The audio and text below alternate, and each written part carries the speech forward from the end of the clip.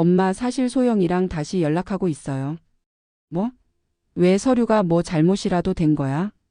그게, 응, 임신을 했대요. 아들과 며느리가 이혼을 한 지 얼마 지나지 않은 때였습니다. 그 순간 정수 씨는 잠시 머리가 띵해서 아무 말도 못했습니다. 하지만 아이가 생겼다는데 어쩌겠습니까? 며칠 뒤 아들과 며느리가 정수 씨 집을 찾아왔습니다. 지나간 건 모두 잊자. 나도 많이 생각해봤는데 지금은 몸이 우선이니 무리하지 말고. 출산까지는 쉬는 게 어떨까? 내가 생활비 보탤게. 그렇게 안 하셔도 이번엔 저도 일 쉴 생각이에요. 대신 시댁은 없는 셈 치고 살게요. 저도 스트레스 안 받고 조용히 지내고 싶어요. 그게 아이한테도 좋을 테고요. 이해하시죠? 정수 씨는 눈앞에 앉아 있는 며느리가 방금 무슨 말을 한 건지 생각하느라 멍했습니다. 정수 씨는 먼저 화해의 손을 내밀었던 건데 며느리는 노골적으로 쳐낸 것이나 다름없었습니다. 정수 씨는 그간 자신이 했던 모든 이해와 인내, 노력들이 무시당하는 느낌이었습니다. 말문이 막혔습니다. 감정은 차갑게 식은 채 모든 것을 내려놓는 자신을 깨닫게 되었습니다. 그래, 나 없는 셈 치고 살아라. 그게 나도 차라리 속이 편하겠다. 그냥 앞으로 쭉 그렇게 살자. 알았지? 이번 사연의 주인공인 김정수 씨는 올해 62입니다. 서울 변두리의 오래된 연립주택에서 혼자 살아온 지도 벌써 8년이 넘었습니다. 남편은 평생 교사로로 일하다가 퇴직한 지 3년 만에 사고로 세상을 떠났습니다. 성실하고 원칙적인 성품에 말이 많지도 감정 표현이 풍부한 사람도 아니었지만 매사에 책임을 다하고 가장으로서의 자리를 묵묵히 지켜냈던 사람이었습니다. 정수 씨는 남편이 세상을 떠난 뒤 오랫동안 살아온 동네에서 굳이 벗어나고 싶지도 않았습니다. 특별히 사교적인 편은 아니지만 집 근처 복지관에서 봉사활동도 하고 성당에도 나가며 외롭지 않으려고 스스로 바쁜 하루를 만들어 왔습니다. 38 대기업에 다니는 아들은 몇 해 전 결혼을 했습니다. 정수 씨는 부담을 주고 싶지 않아 아들에게 기대지 않으려 노력해 왔습니다. 결혼 후 아들은 명절이 아니면 얼굴 보기도 쉽지 않았습니다. 한 번은 아들이 오랜만에 들러 밥을 먹던 날 조심스럽게 말을 꺼냈습니다. 회사 일은 좀 어때? 얼굴이 많이 피곤해 보인다. 그냥 뭐 똑같지 뭐. 요즘은 일보다 집안일이 더 피곤해. 너무 무리는 하지 말아야지. 소영이는 잘 지내고? 네. 엄마도 괜히 신경 쓰지 말고 편하게 지내세요. 정수 씨는 그 대화가 끝나고 나서도 오래도록 마음 한편이 무거웠습니다. 사소한 말 속에서도 서로의 거리가 점점 멀어지고 있다는 감각이 뚜렷하게 다가왔기 때문입니다. 정수 씨는 손해를 보더라도 누군가에게 피해를 주는 건 못 견디는 성격입니다. 그래서 누군가에게 서운한 일이 있어도 먼저 표현하지 않고 삼킨 적이 더 많습니다. 참는 것이 미덕이라 배웠고 그렇게 살아온 세월이기에 어느 순간부터는 참는 것이 익숙해졌습니다. 하지만 선을 넘는 상황에서는 조용히 등을 돌리고 한번 다친 마음은 다시 열지 않는 사람입니다. 아들은 연애 3년 만에 여자친구를 집에 데려왔습니다. 며느리가 될 사람을 위해 음식을 정성 들여 준비했습니다. 식탁 위에는 손수 만든 잡채와 갈비찜 등 몇 가지가 가지런히 놓여 있었습니다. 초인종 소리가 울리고 현관문이 열리자 아들과 함께 들어온 여자친구는 아담한 키에 세련된 모습이었습니다. 단정하게 인사하며 고개를 숙이긴 했지만 그 눈빛은 정수 씨의 시선을 단단히 마주했습니다. 안녕하세요, 어머님. 처음 뵙겠습니다. 준호 씨한테 말씀 많이 들었습니다. 정수 씨는 조용히 웃으며 고개를 끄덕였습니다. 소영 씨는 무슨 일 하세요? 패션 디자이너예요. 바쁘긴 해도 저는 제 일 재밌어요. 세상에 너무 멋지네요. 그날 식사 시간 내내 정수 씨는 조심스럽게 분위기를 이끌었지만 속으로는 자꾸만 은근한 불편함이 밀려들었습니다. 첫 인상도 나쁘지 않았고 예의 없는 사람도 아니었습니다. 다만 모든 말에 자기 생각을 분명히 덧붙이는 말투가 낯설었습니다. 식사 후 아들과 둘만 남은 짧은 시간에 정수 씨는 조심스럽게 말을 꺼냈습니다. 아이 성격이 좀 또렷하네. 말도 당차고. 엄마 요즘은 그게 미덕이에요. 자기 생각 말하는 게 나쁜 거 아니잖아. 얘가 요즘 트렌드에 밝아서 그래. 너무 고지식하게 보지 마. 그 말에 정수 씨는 아무 말도 하지 않았습니다. 괜히 자신만 시대에 뒤처진 사람처럼 말하는 것 같아 속상했지만 말끝이 목구멍에서 멈춰섰습니다. 상견례 날이 다가오자 정수 씨는 더욱 조심스러워졌습니다. 며느리 성격이 이러니 사돈들은 어떠실까 걱정이 들었지만 식당에서 마주한 사돈은 기대 이상으로 점잖고 조심스러운 분들이었습니다. 과하게 격식 차리지도 않고 말 한마디도 무게를 두지 않았습니다. 말 그대로 양반 같으신 분들이었죠. 그 자리에서 정수 씨는 짧은 안도감을 느꼈습니다. 돌아오는 길 정수 씨는 혼잣말처럼 중얼거렸습니다.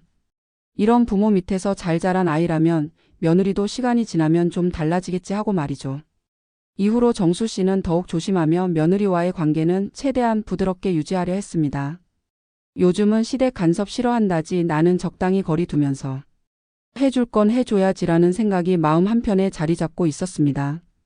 결혼한 지 몇 달 지나 두 사람이 임신 소식을 전했을 때도 기쁘게 무언가를 도와주고 싶은 마음도 들었고 직장 일과 병행하다 보면 임신한 몸으로 더 힘들 거라는 생각에 뭐라도 챙겨주고 싶었습니다. 하지만 괜히 불편하고 귀찮은 존재처럼 느껴질까 봐 더욱 신경도 쓰였죠. 그러나 그런 노력과는 상관없이 며느리의 예의 바르되 냉담한 반응이 몇 번 반복되니 정수 씨의 도움을 받아들일 생각이 없다는 걸 깨닫고 정수 씨는 어느 순간부터 굳이 마음을 쓰지 않기로 했습니다.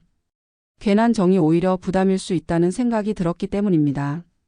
회사 일이 바쁘다지만 배에 아이가 있으면 무엇보다 건강이 우선인데 며느리는 출근을 계속했고 심지어 야근도 자주 했습니다.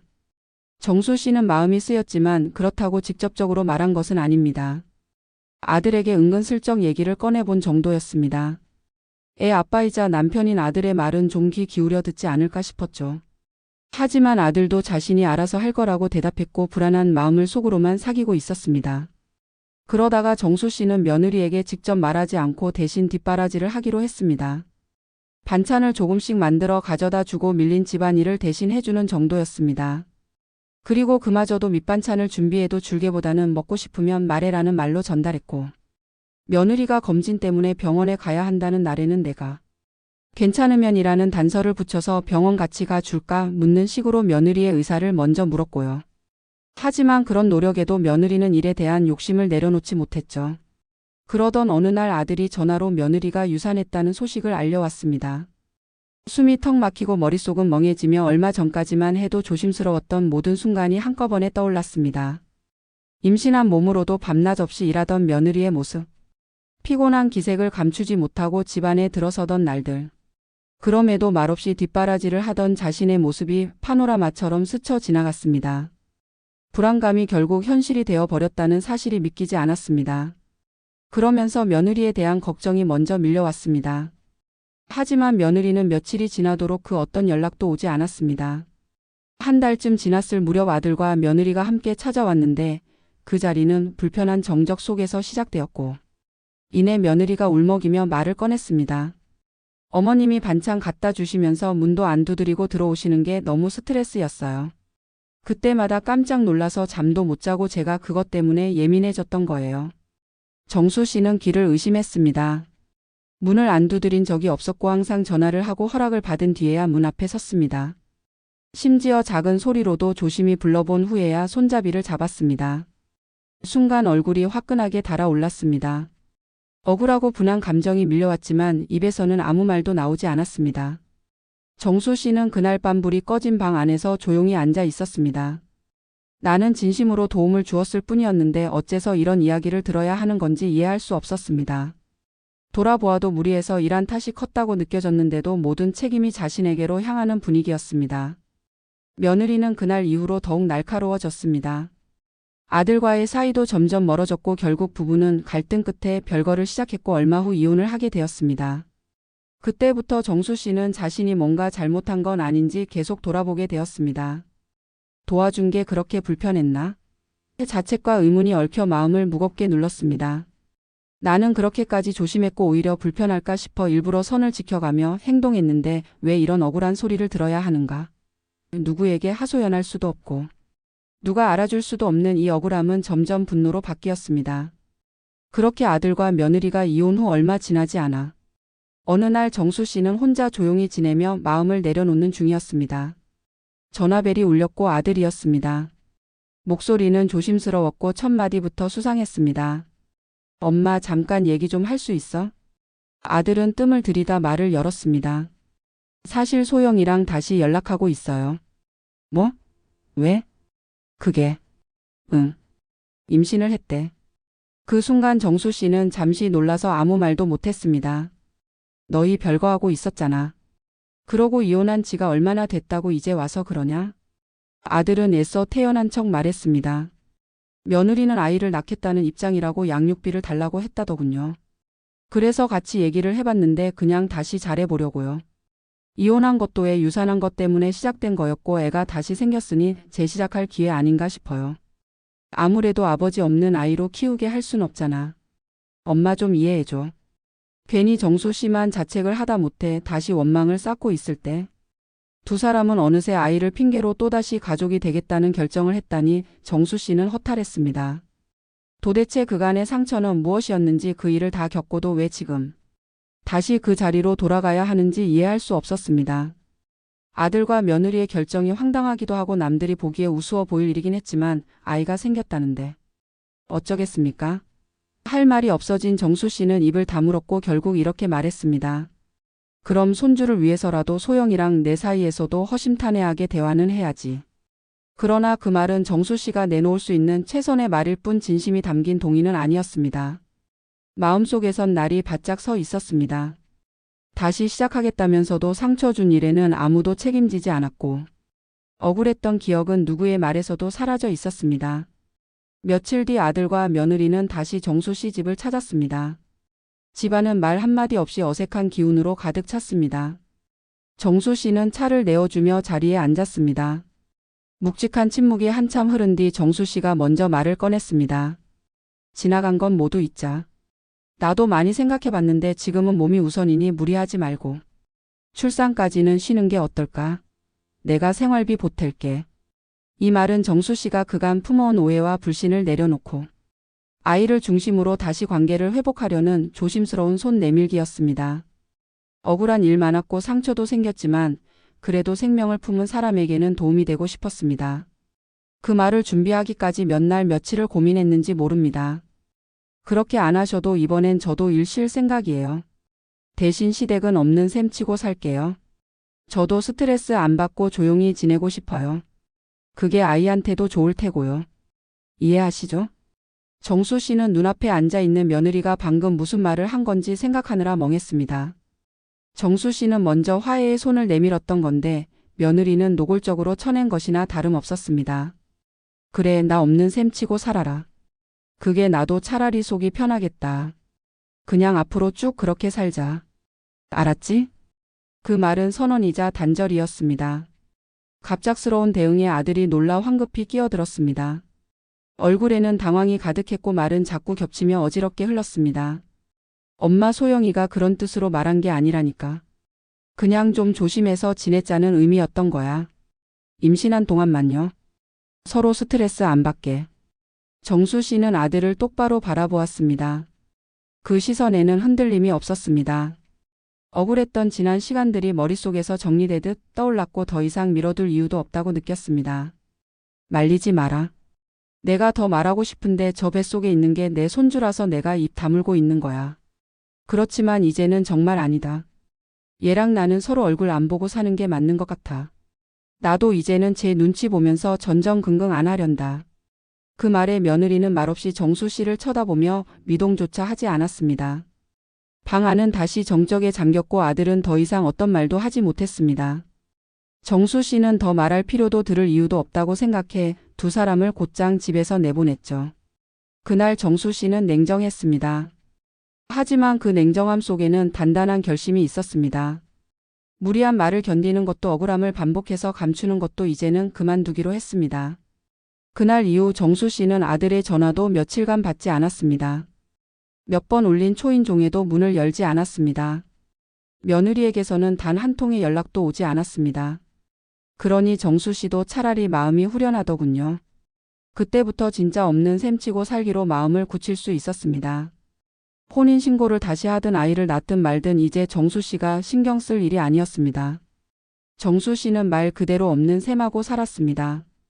단 한 번도 감사도 사과도 없었던 사람이기에 얼굴 맞댈 이유가 없다고 여겼습니다.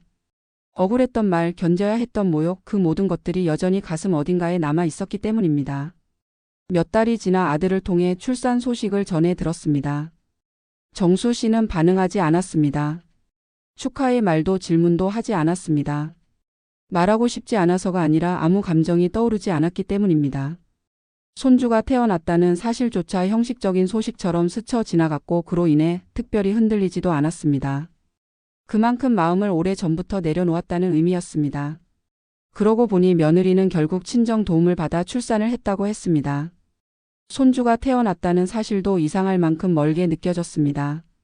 그로부터 한 달쯤 지나 저녁 무렵 낯선 번호로 전화가 걸려왔습니다. 받자마자 들려온 목소리는 낮고 힘없는 음성이었습니다. 저 사돈 오랜만에 연락을 드리네요. 다름이 아니라 실례가 안 된다면 혹시 손주 같이 봐주실 수 있을까 해서요. 목소리에는 지친 기색이 역력했고 말끝은 자꾸 떨리고 있었습니다. 안사돈은 조심스럽게 상황을 설명했습니다. 며느리는 산후조리가 끝나자마자 복직했고 육아는 거의 안사돈 혼자 도맡아 하고 있다는 말이었습니다. 요즘은 아침부터 밤까지 제가 보고 있어요. 그런데 소영이가 퇴근하고도 애를 안 봅니다. 정수 씨는 고개를 끄덕인 채 듣고만 있었습니다. 말 중간중간 숨 고르듯 이어지는 설명에서 그간 사돈이 얼마나 지쳐 있는지를 느낄 수 있었습니다. 주말에는 아예 연락도 안 되고 골프 약속 있다고 애 맡기고 나가요. 이제 제 체력도 한계예요. 저도 병원 몇 번 다녀왔고요. 정말 하루만이라도 괜찮으니 손주 좀 봐주실 수 없을까요? 정수 씨는 천천히 짧은 숨을 고르며 머릿속으로 말을 정리했습니다. 사돈도 어쩔 수 없는 상황이고 피해만 보고 있는 거라는 걸 알고 이해도 됐습니다. 하지만 이해와 수용은 다른 일이었습니다.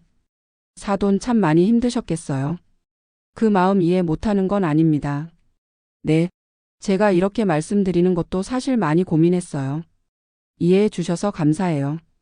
애들이 어쩌다 갈라섰는지도 알고 있어서 말씀드리기 참 어려웠거든요. 게다가 이번에도 사돈께 신뢰되는 말을 했다고 해서 제가 대신 사과드려요. 사돈. 그렇죠. 그날이 생각나긴 하네요. 처음에 유산했을 때 소영이가 어찌나 제 탓을 하던지 사돈도 아시죠? 소영이가 일 욕심이 참 많았잖아요. 네, 그렇네요. 그땐 저도 어떻게 해야 할지 몰랐어요. 소영이가 하도 날이 서 있어서. 그런데 지금도 별반 다르지 않더라고요. 사돈께는 미안하게 됐지만 소영이랑 저랑은 이제 서로 없는 셈치고 살기로 해서요. 그러니까 저한테는 손주도 없는 거나 마찬가지예요. 안사돈은 말이 없었습니다. 그날 이후 안사돈에게서 더는 연락이 오지 않았습니다. 정수 씨는 다시 평소의 일상으로 돌아갔습니다. 그리고 그것이 정수 씨가 누릴 자격 있는 평온이라고 믿었습니다.